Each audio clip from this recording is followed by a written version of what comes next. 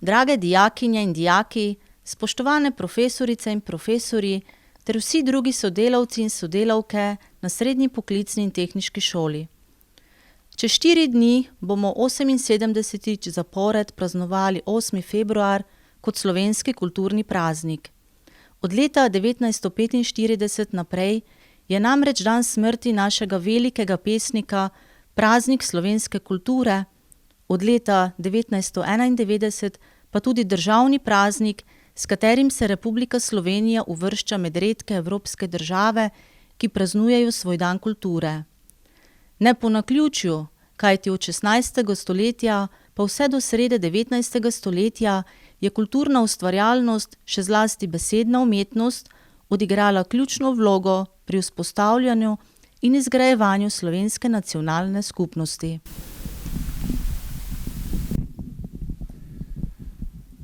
Za marsikoga je 8. februar dobrodošel dela prost dan, a za mnoge Slovence v domovini, zamejstvu in izseljenstvu je ta dan resnično praznik, svetek, kot bi rekli po naše, ki ga svetijo kot praznik slovenske kulturne ustvarjalnosti, kot poklon duhovni moči slovenskega naroda in umetniškim potencialom slovenskega jezika.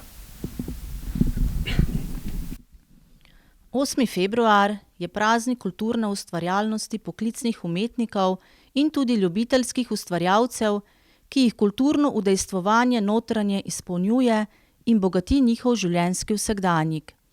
Kajti kakor nam znanstvena dognanja in na njih temelječe tehnološke rešitve lajšajo življenje, tako nam ga kulturna ustvarjalnost lepša, lahko bi rekli, da je svojevrstna duhovna začimba življenja.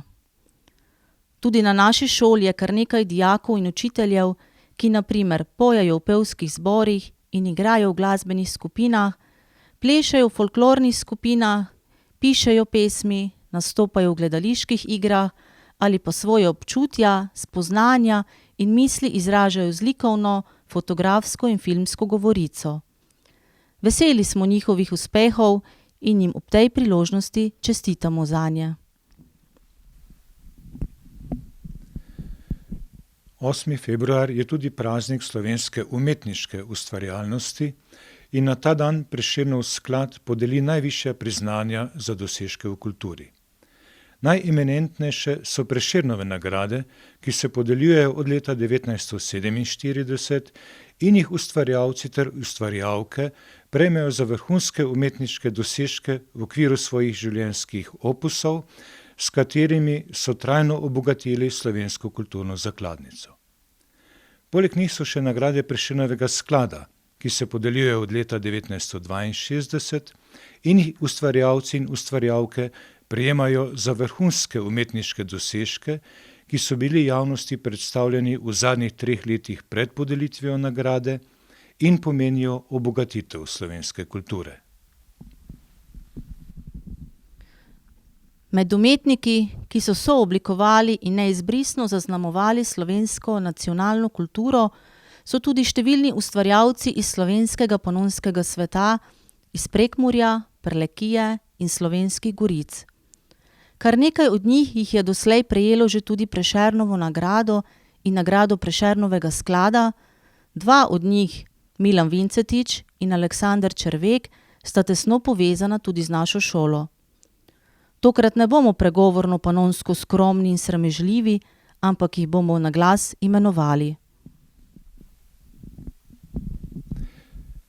Nagrado Prešernovega sklada za vrhunske dosežke na področju likovne umetnosti so doslej prejeli Zdenko Huzjan, Lojze Logar, Mirko Bratuša in Aleksander Červek.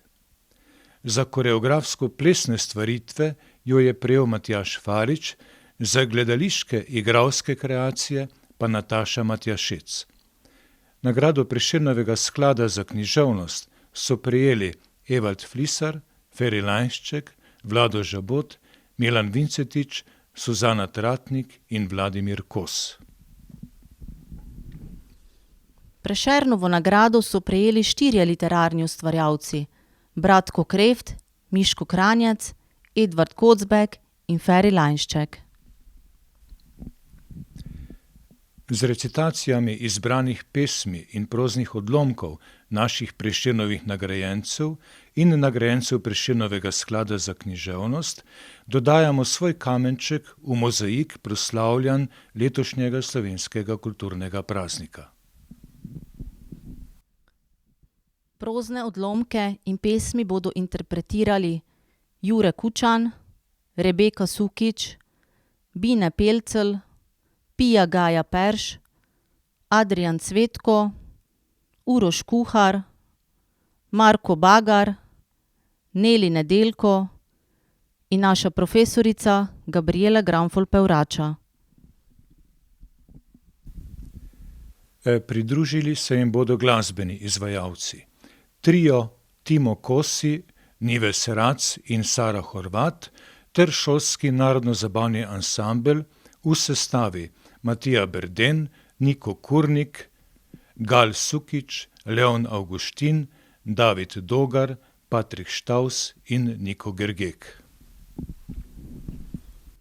Še preden prepustimo besedo in instrumente njim, pa prisluhnimo nagovoru ravnatelja Srednje poklicne in tehniške šole, profesorja Ludvika Sukiča. Cenjene dijakinje in dijaki, spoštovane kolegice in kolegi. Počaščeni smo, da ste se odzvali našemu vabilu za ogled virtualne predstavitve tradicionalnega kulturnega tedna na naši šoli, v okviru katerega so naši dijaki in profesori pripravili današnji kulturni program. Na naši šoli se tako že desetletja trudimo dostojno obeležiti slovenski kulturni praznik, ki ima za nas, Slovence, kot majhen evropski narod, toliko večji simbolni pomen. Želim vam prijetno počutje ob spremljanju našega kulturnega programa, obenem pa mi dovolite, da se ob tej priložnosti zahvalim vsem, ki ste s svojim trudom in zavzetostjo omogočili današnjo, zaenkrat še samo virtualno proslavo v upanju, da bomo naslednji kulturni teden na naši šoli lahko ponovno realizirali v živo. Bratko Kreft, odlomek iz povesti Vas in Kalvarija za vasjo. Celih 10 hiš šteje naša vas. Težki kmetje so v njej doma in tudi gospodje. Pravzaprav je samo vasica ena izmed 5, ki se štejejo v našo občino. Naša vas je kakor da ni z tega sveta. V široki dolini leži, krog in krog pa so hribi in čez nje ne vidiš ničesar drugega, kakor sinje, modro nebo. Lepo, zdravo nebo. Zato so naša dekleta tako rdeča, naši kmetje tako veseli in zgovorni. Zakaj na tistih hribih pod tistim jasnim nebom zori vsako leto vino, sladko, zlato vino, ki nam nudi veselje in utehe? Življenje pa je težko, žalostno. Tam na hribčku za vasjo, kjer se vije poljska steza proti gozdu, je živa meja. Zelena ograja je, ki oklepa vse grobove, križe in spomenike. Pomlad zeleni in cvete na tem ograjenem koščku zemlje, posvečenem ostankom tistih, ki so nekoč živeli, se veselili ali trpeli, stradali ali pa bili v izobilju srečni. Tu so križi leseni, železni, so kamniti in visoki, so marmor in so kipi iz cementa. Človekova usoda je strašna. Še prek smrti tja na grobove sega neizprosno, razdeljeno življenje in vtisne pečat tvojega bivanja in nehanja na zemlji. Pokriva poslednje, kar je od uživanja ali bede ostalo.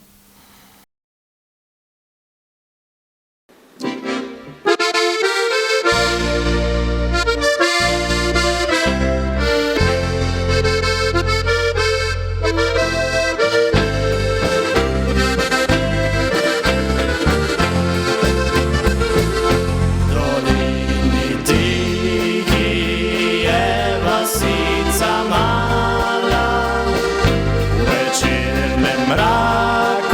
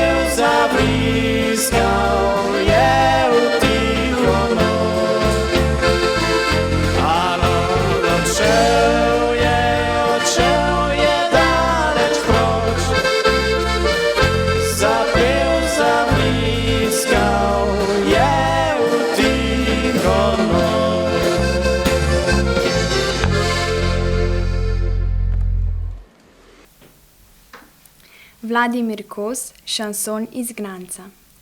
Pel sem prazno noč kameli, stihe ljubezni en stih smrti. Šel sem z lahkim poslavljanjem k vlaku, gluhonemih koles, na konec mest, smehljajem kameli v zraku nad avbo streh. O, ne bojte se, sozo sem ubil na tleh. Zmeraj dalje, nikdar domov, skoraj kakor on. Tiste čarobne prekmurske oči. Kako bi kdaj hotel zvonik pozabiti, ki gleda čarobne prekmurske noči? Na griču stoji in ne mara se skriti, ko zvezd biljonom zamaknjen sledi. Nebo se odpira, svetovje skrivnosti, luči med lučmi v biljone luči. O, sredi Prekmurja, vsej mladi starosti, za srce in misli njegovih ljudi. Ni dosti gora, a zvonikom strmijo valeje nenehne svetlečih daljav. In griči z gozdovi se vabljeni zdijo, tako kot človeka privablja ljubav. Še ceste prekmurske, ki zmeraj hitijo, usmerjajo k zvezdam noči kaži pot. A Murini vali prav tiho ihtijo, od brega do brega le plava jim brod. Evald Flisar, odlomki iz romana Čarovnikov vajenec. Svoboda je iluzija, ne znamo je ne doseči. Ne znamo doumeti, da ni načina. Odgovor je v srcu, a v našem svetu je srce mišica, ki jo presajamo, ali pesniška prispodoba. Samo predmet ali beseda, nikoli dejanje. Blazno pametni smo, vse znamo napraviti, vse imamo. Pogrešamo li ljubezen, svobodo in smisel? Ljubezen se zgodi, smisel se razodene, svoboda je. Izgubili smo sposobnost predaje. Naš moto je napadi in zmagaj. Egon si sproti ubija življenje, ki bi ga rad živel. Je mogoče, da bi tisto premirje, tisto potešitev, ki sem jo iskal, že zdavnaj našel, če bi si jo le dovolil najti? Edina resnica je potem takem trenutek, v katerem ne čutim želje, da bi o tem, kar čutim, razpravljal, filozofiral, pisal. Trenutek, ko je čutenje dovolj. V čem je torej moja svoboda, edina možna svoboda? Ali ne samo v tem, da vidim, kaj se v resnici dogaja, da moja sedanjost izvira iz moje preteklosti, da sem rezultat, namesto da bi bil vzrok življenja? Vera, da so ljudje v Maleziji, Burmi in Laosu drugačni, da premorejo razumevanje in strpnost, ki sta večji in prodornejši od naših in ki jo pogumen človek lahko osvoji, ter s pridom uporabi v svoje namene, je iluzija. Od dežele do dežele se razlikujejo le našitki. Obleka ostaja enaka. Pod kričečo gladino sveta se preliva viskozna osma barva sveta, ki je barva eksistencialne žalosti. Ko spraskaš z življenja skorjo dvomljivih idealov, zmotne logike in prijetnih samolaži, ostane samo bolečina. Potoval sem, kot da potujem v svet, a v resnici sem potoval domov. Tako je bil Odisej, ki so ga začarale sirene njegovih predstav o naravi sveta, na koncu poti odčaran. Nič več zavezan notranjim imperativom, nič več ujetnik potez svoje igre. Na koncu poti, na koncu igre je bila možna le ena poteza. Vrnitev domov. Prva poteza nove igre. S tem pa je bil svet znova odprt. Znova je bilo vse mogoče. Feri Lanšček, sanje so večne. Vabi me reka in modro nebo. Veter nemirni mi svojo ponuja roko. Prosi me angel, ki ve za vse to, dan se prebuja in trave čarobno cveto. Jaz pa ne morem brez tebe več tja. Strah me je tiste samote na klopi za dva. Nisem še kamen, ki mrtev leži. V meni spi ptica, ki v misel nate zbudi. Ptica mojih želja, bela vrana srca. Pridi, vsaj enkrat, poglej me v oči. Beri mi z ustnic, prisluhni utripu krvi. Vzemi dotike vse moje nazaj. Sanje so večne, z njimi potujem v raj. Luč. Od zmeraj je tema v vesolju in se svetloba le prižiga. Ljubezen, luč v človeškem templju, vznesena se iz duše dviga in od duši tudi spet utrne. Le vmes je res odprta knjiga, da parka kakšen list obrne, kak pesnik vanjo kaj napiše in iz čakalnice obskurne nastane vrt brez danje hiše. Potem to traja in časi še pusti kje sled, ki se ne zbriše. Med nama je angel. So tudi trenutki, ko skupaj molčiva. Ta lepa tišina je polna nečesa, kar čutiva in si na tihem deliva. Velike besede so zdaj brez pomena. Med nama je angel, ki ve za nebesa. Ni mar mu za žalost in druga bremena. Želim si, da čas bi se najin ustavil, da večno bi zrlo v zgodbo brez konca. Iz sanj in želja bi drugi svet se sestavil.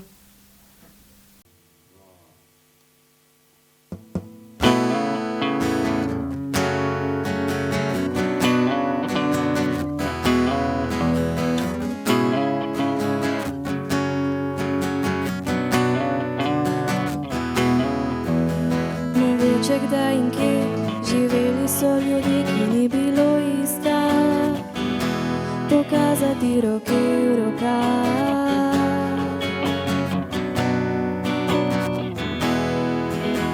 Mogoče kje in kdaj obstrajal taki kraj, kjer je živel nekdo, ki bi mu mar bilo. Nekdo, ki bi zbral pogum, ki bi znal poljubiti z besedami, res udobito počel in bi mi pustil, da vase bi ga vzela in ljubila bi. Ki bi me ujel, ki bi me pogrel, ki me pijano bi ubil, ko vrnem se domov in mi dovolil, da pojem v postelji sredi noči. Nekoč morda nekje nekdo, če je ki usoda, naj udari, naj pokaže smer. Sreča je povsoda, je daleč, ko horiš naokrog.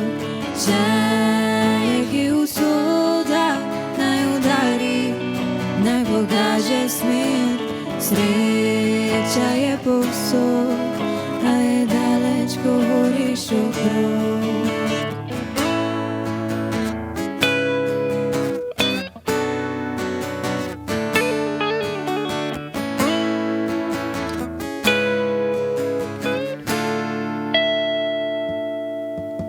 Mogoče ki in daj ti priznam, da imam zate pol srca, da bi ti rada dala ga.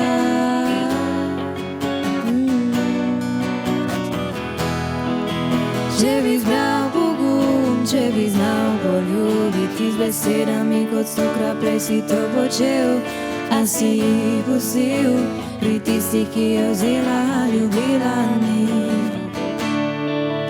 Nekoč morda nekje s teboj, če je ki usoda, naj udari, naj pokaže smer. Sreča je povsoda, je daleč, ko horiš naokrog. Če je ki usoda, naj udari, naj pokaže smer. Sreča je povsod, a je daleč, ko horiš okrog.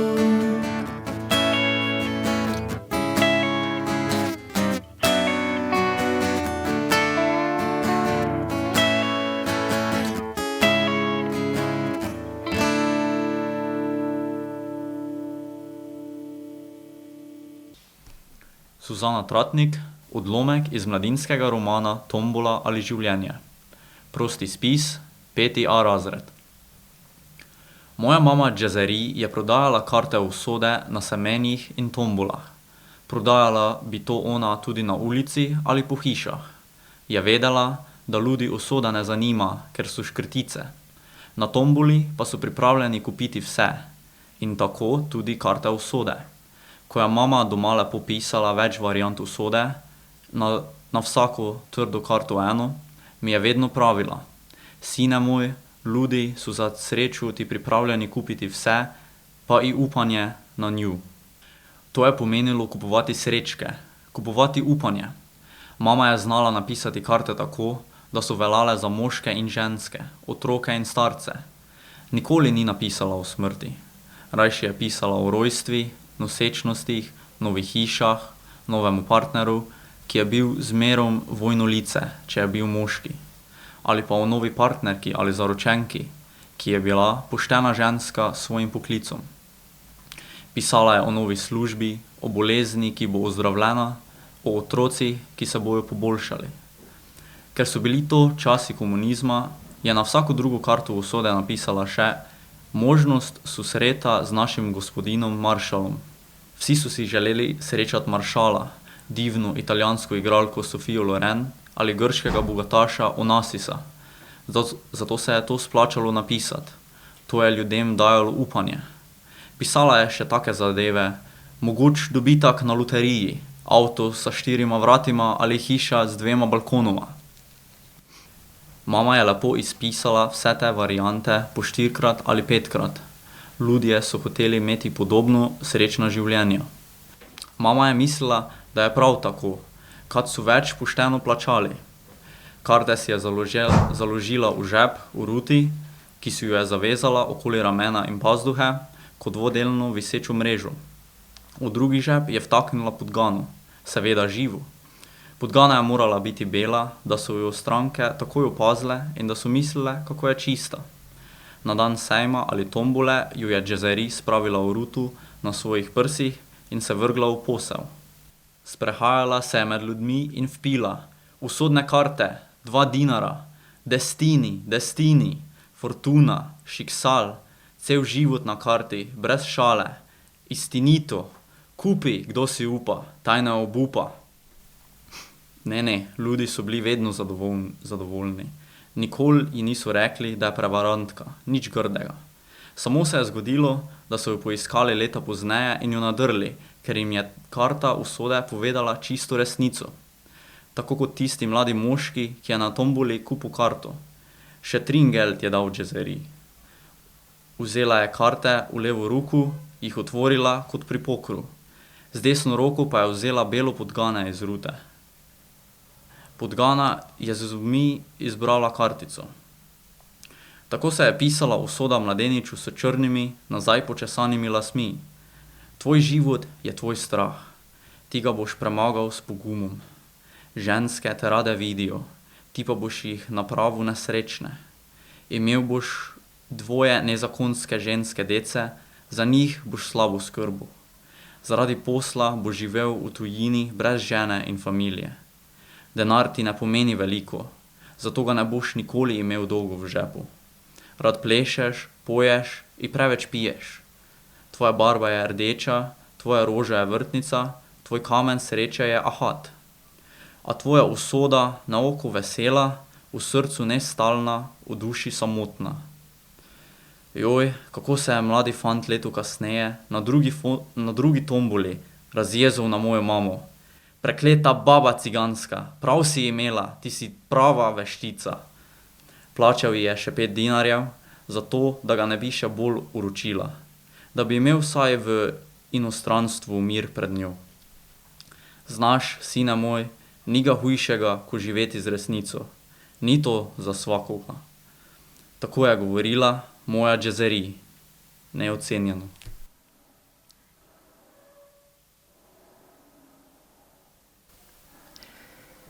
Milan Vincetič, Galilejo. Kaj ti bodo morja, kadar ni jim volja, da so globlja in globoka, če se gre do kopna? Kaj ti bodo gore, reke in podolja, mesta in samote, če si nisva dana, kot bila bi rada?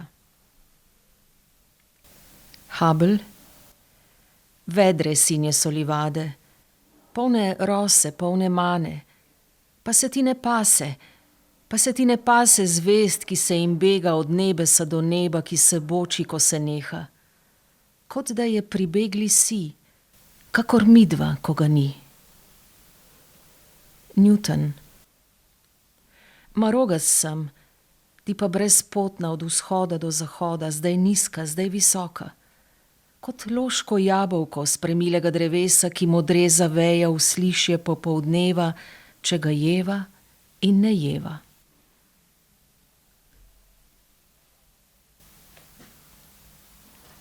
Vlado Žabot, odlomek iz romana Volčje noči. Kajti dežela je bila prekleta in ljudje v njej obsedeni. Res da, to z obsedenostjo ni bilo prav očitno. Samo posvečeno in dobro izurjeno oko je lahko opazilo tisto značilno medlenje v pogledih, nasmeških, po listju in vejah, po gričih in poljih, po močvarah in pustah, celo v glasovih. Še posebej kaj pa, da v ptičjem žgolenju se ga je slišalo. Hudi duh je bil.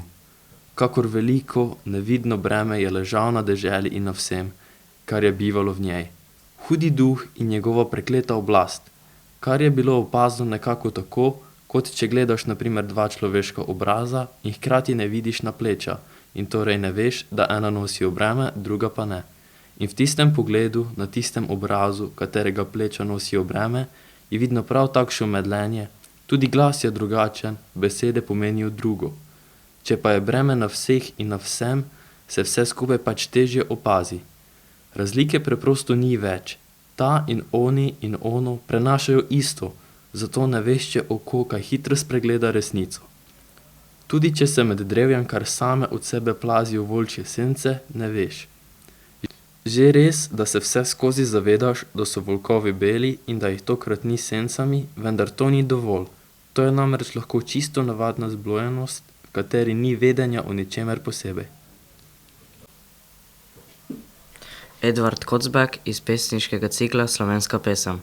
Majhen in ponižen rastem v vesoljni red, bratja z istimi besedami govorijo, dvignjeni iz nedelje stremimo v zemeljski krog. Dvignjeni iz nedelje stremimo v zemeljski krog in glej, čim globlje stremimo, tem težja je globočina, kakor omamljeni od bolečine čutimo grenkovo korenin. Glej, dim je zabrisal obzorje, lastovice gledaj tožno iz gnezd, bronasti zvon je počil posredi. Matera molče nihajo svoje otroke, lončarjem zastaja obrazilo, votek se trga na statvah, težaki imajo že dolgo sklonjene hrbte. O, zemlje očetov, danes si nam kakor začarana kraljična, ne vemo, kdaj boš odrešena. Ti si naša nočna prikazan, naša jutranja tegoba, opolnonska omotica in večerna žalost. V nas se zbira svet odkopnina. Trpiš, zatajena, velika mati, ki nas molče kličeš. Mučeno si, rodovitno telo in osramočeni so tvoji otroci. Naše stopinje vpijejo po tebi. Naša družnost in domačnost. Iz tvoje stare prsti dvigamo svoje roke in ti odgovarjamo. Po noči odpiraš oči, kakor rože trpljenke in nas preštevaš. Ob tvojem ognju nam enako utripajo srca. Ti si skrinja naše zaveze, ki jo čuvamo sleherno noč, moramo biti budni in prepevati za obljubljene pesmi. Miško Kranjec, odlomek iz romana Strici so mi povedali. Sonce se je že kar nizko nagnilo nad štajerske griče, komaj za človeka je nad njimi, večerni oblaki postajajo že rdečkasti in naša ravnica je odeta v svoje vrsten si, kot da se že trga iz jarkov, se pa v resnici lepi na travnike, ko gremo preko našega polja prek travnikov. Ker izbrali smo peško pot prek Ložiča na naš arendaž, kjer je Pickovima stricama bližje do doma, izognemo pa se tako tudi prašni cesti. Že spet sem se cimbalami za njimi, že spet gledam pred seboj mojega strica Števana, gledam opotekajoče se hlačnice, vidim veliki boben. Gledam gospodskega Tompo, ki drobenti pred nami s svojo trobento, z goslimi in lokom, zvito vse v belo sivo capo in obešeno čez pleča. Vsem nam pa visijo s komolcev cule z gostjuvanskimi darogi. Nepričakovano se stric Števan obrne in mi ponudi svojo trobento, rekši mi: Igraj nam, jaz bom pa medtem eno pokadil. Zaigraj mi kaj lepega, ne tistega, kar igramo vsak dan, kaj posebnega. Po svetu živi mnogo lepe muzike, naše škripanje pa je samo za gostjuvanja, za veselice po ošterijah. Igram, sam ne vem zakaj. V meni se preboja nekaj posebnega. Igram in v ta pomirajoči se, odmirjajoči dan glas trobente plove čez travnike, odmeva v logih. Stric Števan sede, kadi in predano posluša zamišljeno zre predse. Stric Marko in Tompa sta obstala, nakar se nama Marko približa, si prižge cigareto in tudi prisluhne. Čez čas stric Marko začne sestavljati flavto, stric Števan pa poseže po trobenti.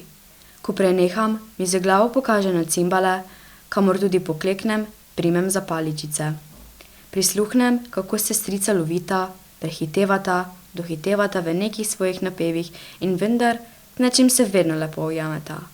Še sam se pridružim meni, doslej nepoznanim napevom, more biti bolj nekim razpoloženjem.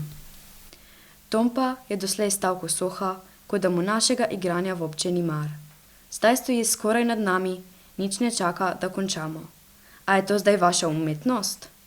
Toliko žaljivega je v njegovih besedah, da strica prestaneta, se spogledata. Stric Števan reče: "Viš ga, Vanega, umetnost pravi." Obrne pogled proti njemu. "Kaj pa je to? Umetnost, ha?" "No, kar povej lepo, kaj je umetnost?" se požene v napad še stric Marko. "Kristuš, o umetnosti bo govoril, le kje si pobral to besedo?" Tompa pa se spet le zviška posmehne in pomigne z glavo proti meni. Ne da bi še prikrival mržnjo do mene. "Igral bi rad, jaz pa mu še bobna ne bi zaupal. Moj dragi, v Ameriki, kjer sem igral v veliki kapeli, si lahko bil umetnik, če tudi si igral samo na bobne. To ni kar tako, hja. On pa Mozart, Beethoven, Verdi in ne vem, kaj vse je še nabrlizgal v kup." "Zdaj mi je pa dovolj," nenadoma uslihne stric Marko. "Zdaj te pa imam dovolj s tvojimi ameriškimi bobni vred." Vstane, kot da bi hotel zgrabiti Tompo, tudi stric Števan se vzdigne, vendar pa le tako obstaneta. Nakar reče stric Marko proti meni: "Miškec, vstani!" In ko vstanem, zatikam paličice v žep, ker vem, da smo z nečim opravili. Stric Marko zastavi: "A ti veš, kaj je umetnost in kdo je umetnik, da poveš temu našemu Vaneku? Mirno lahko poveš tudi, da picki to niso, da pa imajo muziko radi." "Imajo jo radi," pritrdim, "sem pa v zadregi za stran umetnosti. Ne morem pa povedati, kaj je umetnost. Ne, natanko tega ne znam povedati. To je težko. Je pa gotovo, da je to nekaj posebno lepega in čim lepše je, tem večja je umetnina." "Slišiš, Vanek?" slikne stric Marko. "Še Miško ne zna povedati natanko, kaj in kdaj je kaj umetnina. Ti pa, te ni sram, da tako gočiš o umetnosti. Mi picki pa se priklanjamo umetnosti in umetnikom." To reče z nekoliko privzdignjenim glasom, mogoče je v vsem tudi kanček narejenosti, vendar pa je v vsem še več predanosti, skoraj že neke pobožnosti in še doda: "Priklonimo se pickim Mozartu, priklonimo se Beethovenu, Verdiju, Schubertu, Chopinu, priklonimo se umetnosti, priklonimo se vsemu lepemu."